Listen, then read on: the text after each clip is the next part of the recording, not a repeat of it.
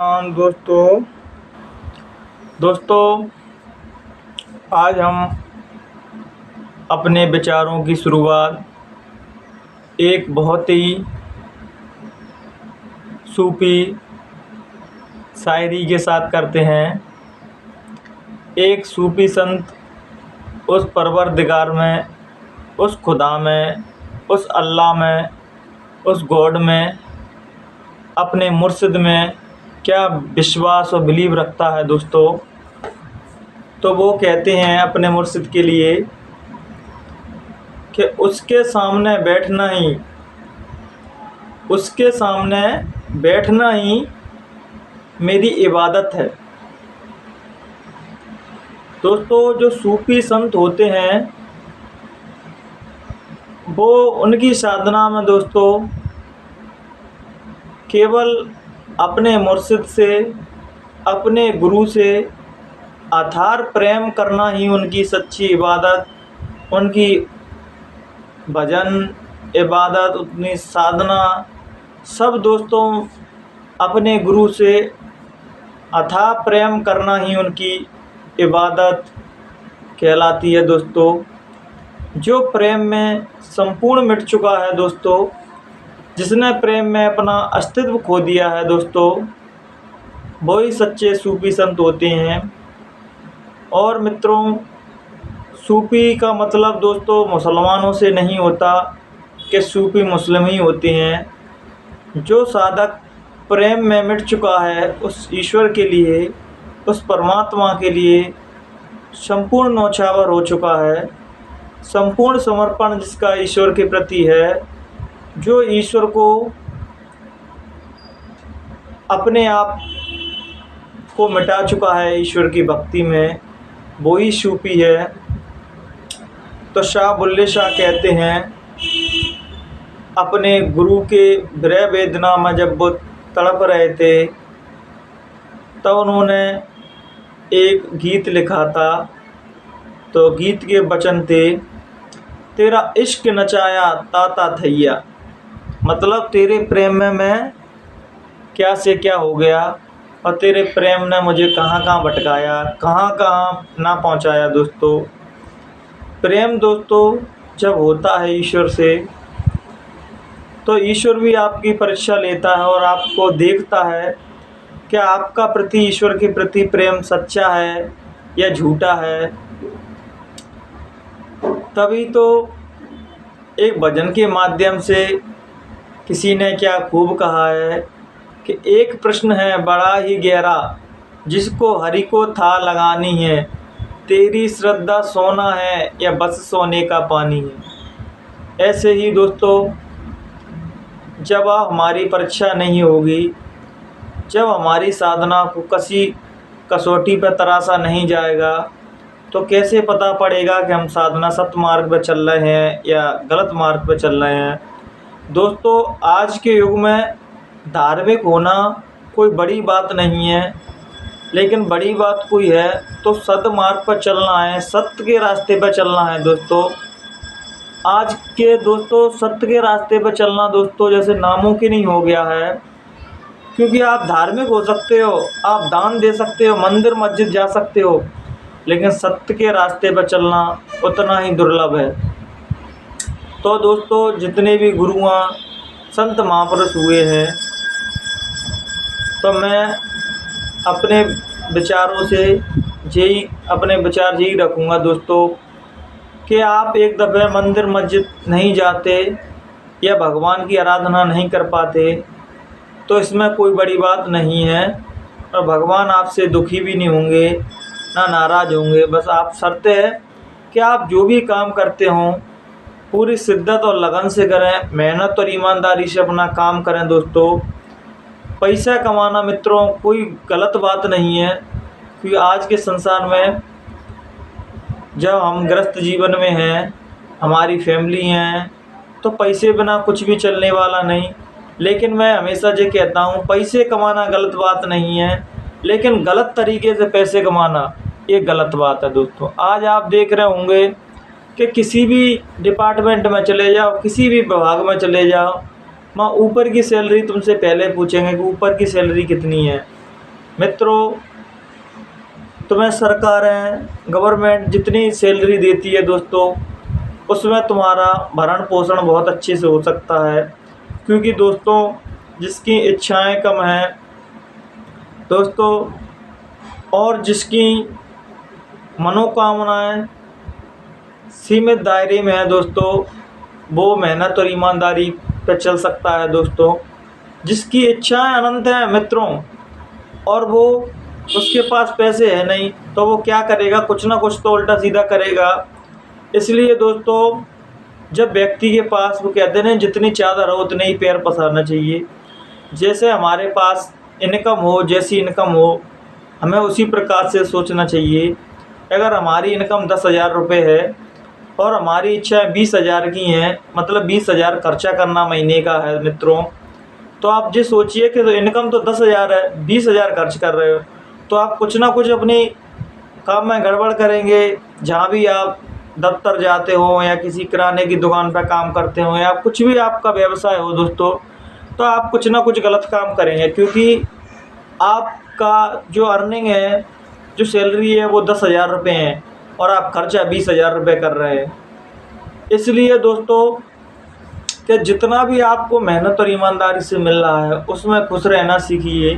अगर आपको और पैसे कमाने हैं, पैसे की चाहना है, तो मित्रों उसके लिए आप मेहनत कीजिए। क्योंकि मेहनत से सब कुछ पाया जा सकता है। आप लोगों ने जितने भी बड़े ग्रेट पर्सन देखे होंगे, सबके अंदर एक भाव कॉमन होगा कि वो व्यक्ति सरल बहुत होंगे और उन्होंने अपने उसूलों से कभी समझौता नहीं किया होगा। ऑनेस्टी के साथ कभी समझौता नहीं किया होगा। दोस्तों, जितना भी ग्रेट पर्सन होता है, उतना भी बड़ा पर्सन होता है, उसके अंदर उतनी ही विनम्रता, उतना ही प्रेम मानवता के प्रति और उसका साधारण जीवन जीने का एक बहुत ही सुंदर मोटिवेशन और हमें सबको प्रभावित करता है कि इतना ग्रेट पर्सन होके कितना सरल रह रहा है। तो एक बार मैं उनकी कहानी पढ़ रहा था। अमेरिका के भूतपूर्व राष्ट्रपति हुए थे अब्राहम लिंकन। तो एक बार मित्रों, वो संसद भवन जा रहे थे, तो रास्ते में देखते हैं कि एक सूअर कीच में फंसा हुआ है, कीचड़ में गिरा हुआ है, उसके बच्चे फंसे हुए हैं, वो निकल नहीं पा रहे। तो उन्होंने जब कार में बैठ के संसद भवन जा रहे थे, तो उन्होंने देखा कि सूअर है, मुसीबत में है, इसके बच्चे फंसे हुए हैं। तो फ़ौरन कार से उतरे और उन्होंने सूअर के सारे बच्चे और सूअर को अपने गोदी में धर के बाहर निकाला कीचड़ के। और वैसे ही बिगड़े वस्त्र में दो मित्रों वो संसद भवन पहुंच गए।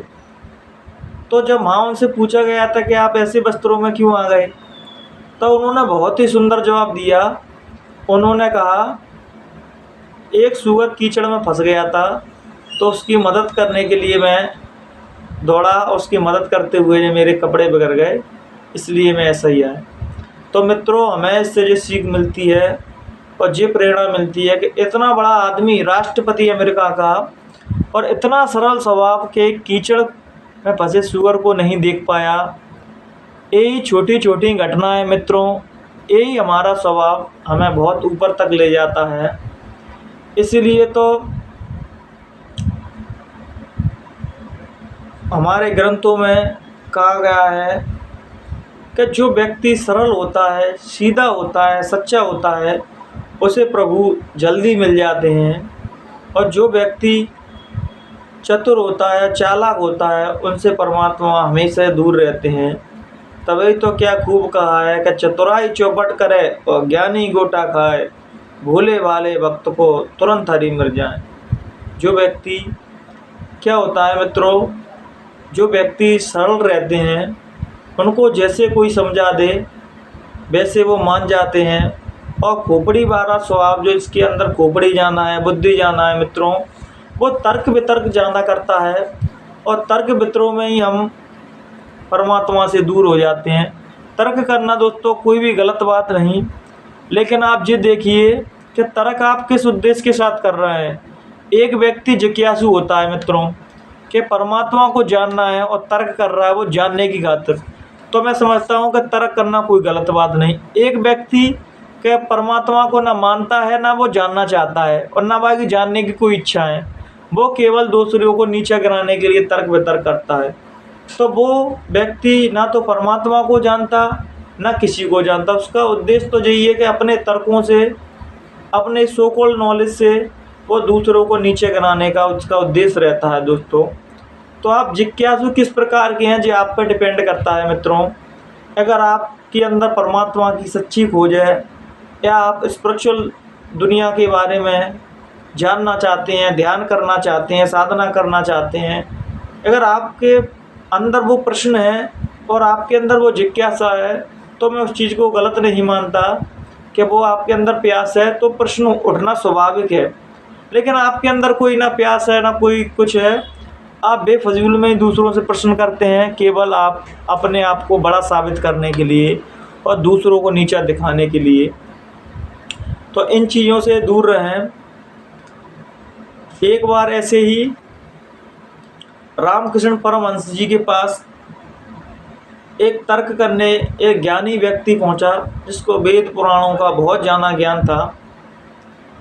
तो रामकृष्ण के सामने पहुंचते ही रामकृष्ण परमहंस जी उनकी सब बातों में सहमति देने लगे। वाह वाह क्या बात कह रहे हो, वाह वाह क्या तुम्हारा तर्क है, वाह वाह तुम्हारा क्या ज्ञान है।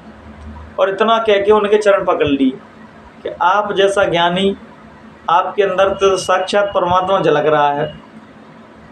तो जो व्यक्ति ज्ञानी था उसको एहसास हुआ कि कितना सरल व्यक्ति है कि मेरे अंदर भी ईश्वर को देख रहा है।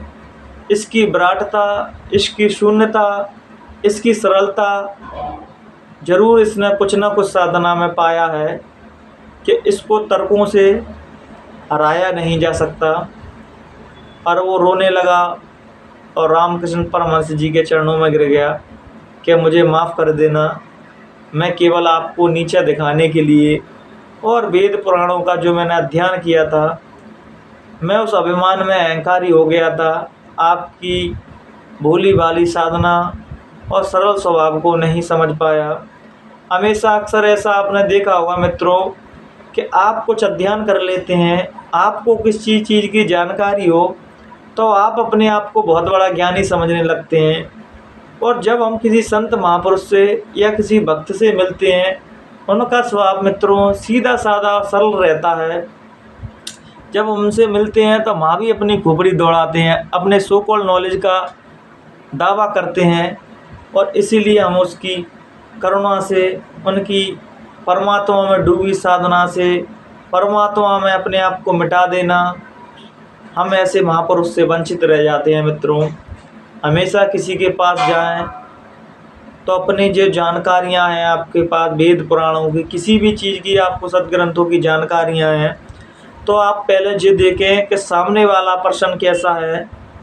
क्या कोई अहंकारी व्यक्ति है या कोई पाखंडी है, या जिसको अहंकारी, पाखंडी या गलत व्यक्ति है, तो हमें उससे तर्क वितर्क करना चाहिए। अगर आपको दिख रहा है कि उसके अंदर से ब्रह्म झलक रहा है, वो परमात्मा उनके अंदर से प्रकट हो रहा है, तो आप इन चीज़ों को समझ के जाइए। हर व्यक्ति से तर्क वितर्क ना करने लगिए दोस्तों, कि आपके पास जो जानकारियाँ हैं अपने तर्क वितर्क में ही आप परमात्मा से भी दूर हों और उस प्रभु की लीला से भी वंचित रह जाएं आप।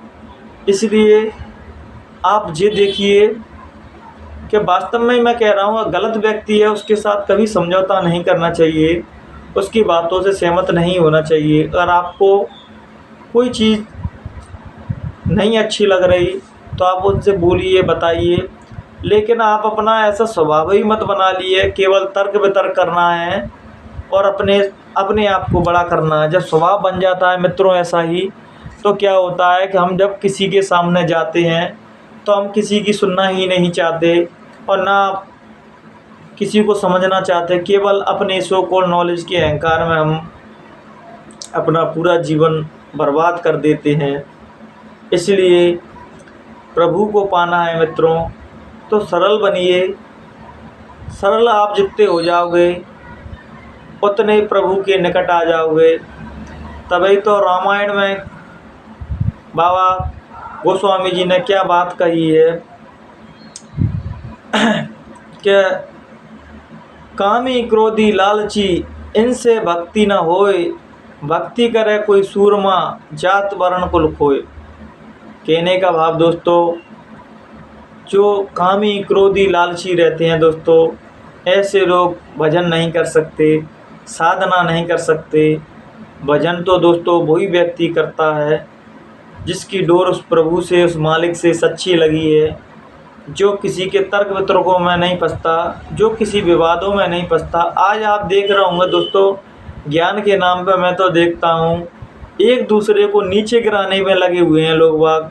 वो उसको नीचे दिखाने की कोशिश कर रहा है, वो नीचे उसको दिखाने का। कोई कह रहा है मेरा सनातन धर्म सबसे बड़ा है, कोई कह रहा है मेरा मुस्लिम सबसे बड़ा धर्म है, कोई कह रहा है ईसाई सबसे बड़ा धर्म है, कोई कुछ कह रहा है बुद्ध सबसे बड़ा धर्म है। लेकिन यहाँ तक मैं मानता हूँ सबसे बड़ा धर्म दोस्तों, सभी लोग प्यार मोहब्बत से रहें, सभी लोग एक दूसरे से मिलजुल के रहें, एक दूसरे की मदद करें दोस्तों। यही सच्चा धर्म है। हम एक दूसरे के काम आएँ, यही सच्चा धर्म है। क्योंकि जब हम आपस में एक दूसरे से लड़ेंगे, एक दूसरे से हीन की भावना रखेंगे, ऊंच नीच की भावना रखेंगे, तो आपको क्या लगता है कि परमात्मा खुश होता है? परमात्मा सोचता है मैंने तो मनुष्य बनाए थे सारे और ये क्या बन गए। अपनी अपनी जंजीरों में आज का व्यक्ति बंधा हुआ है दोस्तों। और परमात्मा तक वही व्यक्ति पहुंच सकता है जिसने सारी जंजीर तोड़ दी है दोस्तों। ना तो वो बौद्ध धर्म का बचता, ना जैन धर्म का बचता, ना हिंदू धर्म का बचता, ना मुस्लिम धर्म का बचता। उसका कोई धर्म नहीं रहता। सबसे प्यार करना, सबसे मोहब्बत करना ही उसका धर्म होता है दोस्तों। वही सच्चे संत होते हैं दोस्तों। क्या जात ना पूछो साधु की, पूछ लीजिए ज्ञान, और मोल करो तलवार का, पड़ी रहने दो म्यान। दोस्तों, संत महापुरुषों की, भक्तों की, साधकों की कोई जात पात नहीं होती दोस्तों। उनका सबसे प्रेम करना ही उनका स्वभाव है। जो उनके पास आते हैं दोस्तों, उनको सद्मार्ग दिखाना ही उनके जीवन का उद्देश्य है। और वो यही उद्देश्य के साथ इस धरातल पर जब तक रहते हैं, जब तक यही प्रयत्न करते हैं, संपूर्ण मानवता आपस में हिल मिल के रहें, प्यार मोहब्बत से रहें, और ये जात पात के झगड़े, धर्म मजहब के झगड़े ना करें, और उस खुदा की, उस परमात्मा की, उस ईश्वर की सच्ची इबादत करें। इन्हीं विचारों के साथ मैं आज अपनी वाणी को विराम देता हूँ। मित्रों, मुझसे कहने सुनने में अगर कोई भी गलती हुई हो तो अपना मुझे छोटा भाई समझ के, अपना बेटा समझ के, अपना पुत्र समझ के मुझे माफ़ कर देना। प्रणाम दोस्तों।